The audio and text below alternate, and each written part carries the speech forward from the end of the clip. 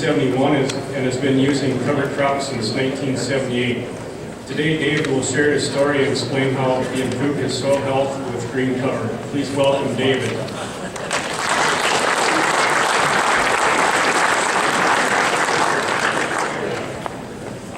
Well, it's a great privilege to be here.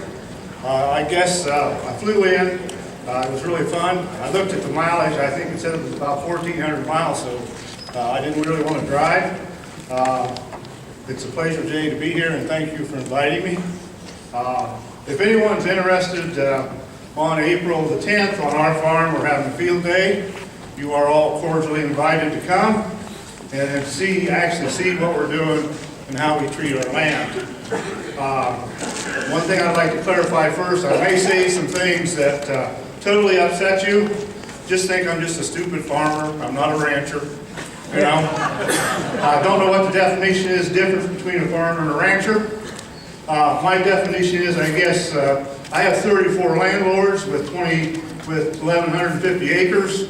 23 of my landlords have 5 acres or less.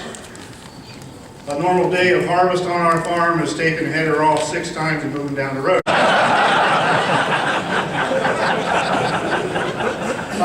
Jay called me and says, will you do this, and will you just tell us how you began and why you started no-till and where you are presently?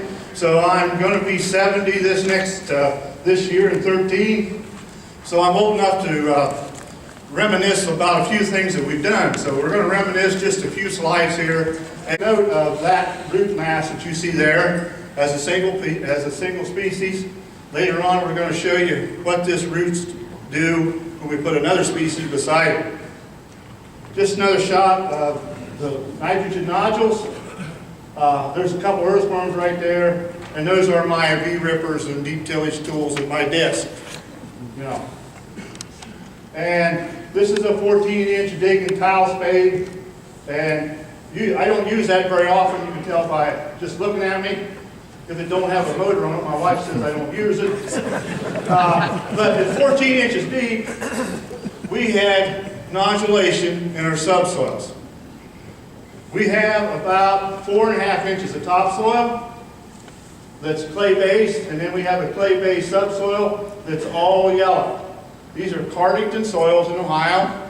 They're normally yellow-based. Today on our farm, all of our Cardington soils are black.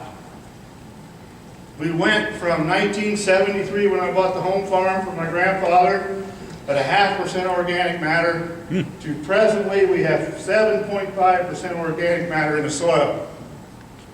If you can see it, there's a lot of nodules here from the winter peas, but we also have some blues from the earthworms, from the microorganisms, and I don't understand all that. They talk about these fancy things. I just call them bugs underneath the soil, you know. But I know I need them, and I need lots of them. We plant this usually the first week of April.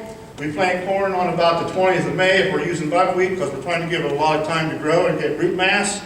So I have 2 weeks while it's in this bloom stage that I can call my beekeepers. The buckwheat costs me about $20 an acre for seed cost. I call my beekeeper buddy. He calls his buddies.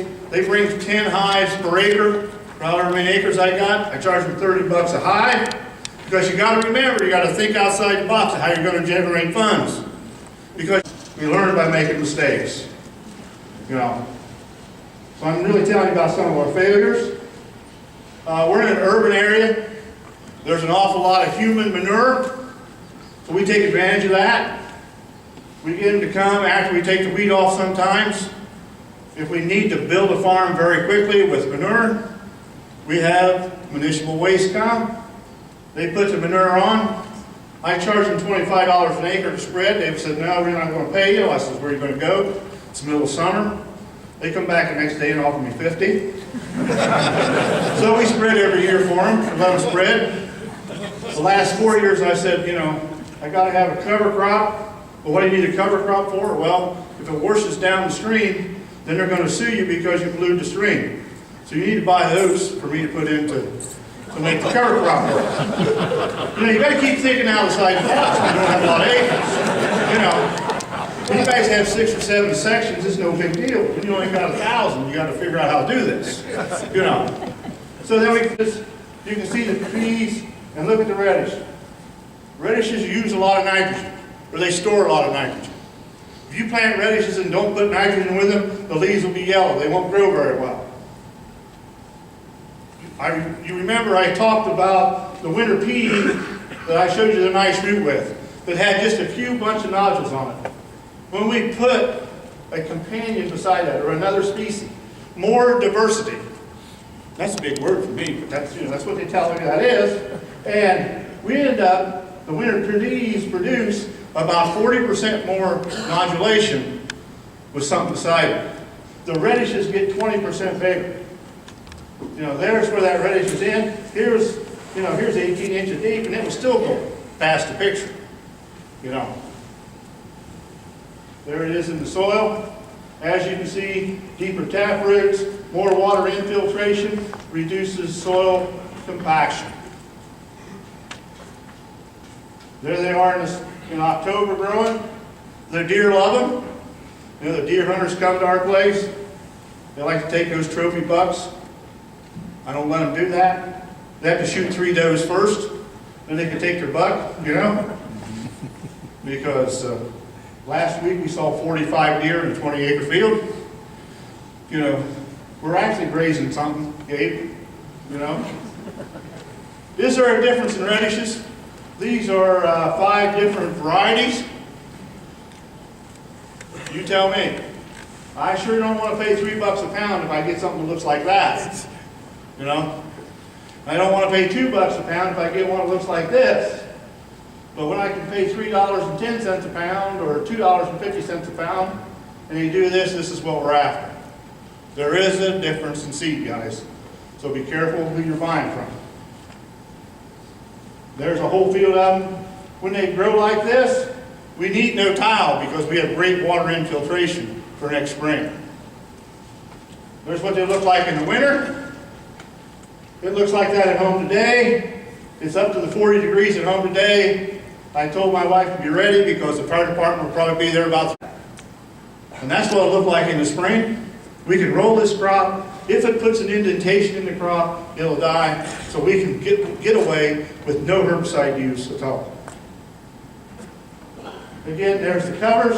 This was a great field. There's a cover here, there's a different cover here, there's a different cover here, there's a different cover here. These were all 500-foot wide strips. We do a lot of strip trials. We plant the corn this way.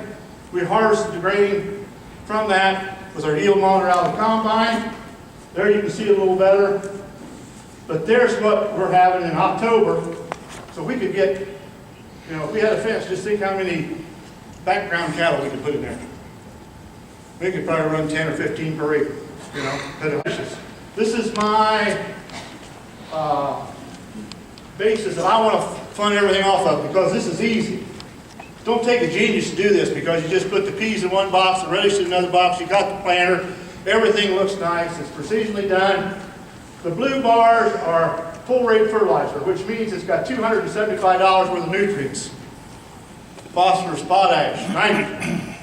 Peas and radish, 145 with all the fertilizer, half rate fertilizer, 142, no fertilizer, 143. If I went to my blends, 10-way blend, same deal, 174 with no fertilizer.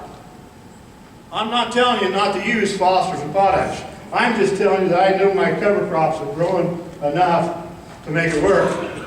We only had one plot that it didn't work and half rate fertilizer did better. We hardly ever had a time that full rate fertilizer was a plus. You know, what does this mean? We took the soil sample and we took the varieties off. This is the blends. Here's the first blend. This is the pounds of nitrogen found in the soil after the crop was harvested, the day the crop was harvested.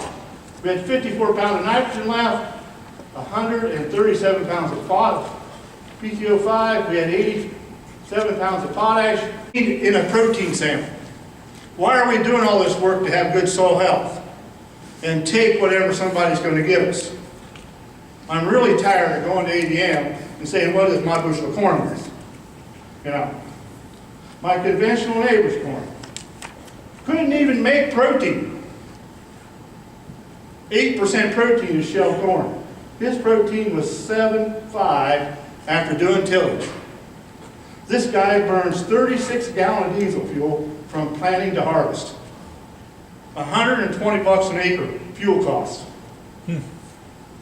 Here's my half rate, 6.8. Look here, no fertilizer, average 9.1 protein on corn. And I think when you buy crop insurance, you're telling me you're betting to lose. Because you're saying I'm protecting myself and I don't have to do a good job of managing it. You know. And that's just Dave Brandt's opinion, and I'm hoping that we can get so that we can all grow healthier soils and do away with those extra costs that we don't need any longer. I'll try to answer any questions you have, and I surely appreciate coming and learning about your soils and area around here. Thank you very much. During our growing seasons, about 19 to 20 inches. Our yearly rain falls between 32 and 36. So far this year, in 2012, we had 20 inches of rain for the total year. Right now, we're at a deficit of 7.5 inches.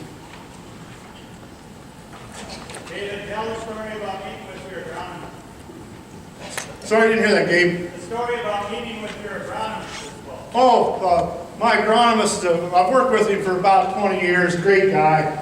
He loves to sell fertilizer. So he pulls soil samples. We do soil sampling every year just to see where our pH is and some other things going on. And so when he pulled the samples, I said, I want part of those samples to send off to a lab in Texas because I really don't trust you. And he looked at me and he says, okay. And so, you know, every year in December, we have to spend everything we got so we don't pay any taxes, you know. So he comes about the last week of December and he says, got it all figured out for you, David? And I said, yeah. So he sits down and he said, these fields need this much phosphorus, this much potash. You need to spread it in the next 3 or 4 weeks. You can pay me for it now. And I said, well, how much is it? And he said, well, for the 1,200 acres you're going to farm next year, it's going to be $250,000, including the nitrogen. And I looked at him and I said, well, that's great. And I said, let's look at these soil samples. And I said, the sample from Rick Haney showed that we had adequate supply of nitrogen, adequate supply of phosphorus and potash. And he says, well, he just can't be right, you know. And I said, well, thank you. And I said, we're going to spend our money for a new pickup truck, so we really want you to go down the road, you know. So we didn't buy any fertilizer. But it was just, you know, they're trained. These agronomists are trained to sell, and they're trained, and there's nothing wrong with training. Don't get me wrong. I was trained when I was in Go Ag that it took X number of pounds of NP and K to grow a crop. They never considered the soil. I think now, as we change soil health, we change the organisms in the soil. Paul talked about how many pounds of beef he put on an acre when he mob grazed, and I forget, it was 50-some thousand pounds or some stupid deal, you know. But you realize that there's 150,000 more pounds of critters underneath the soil? That's hard to believe, you know. This summer, we had 3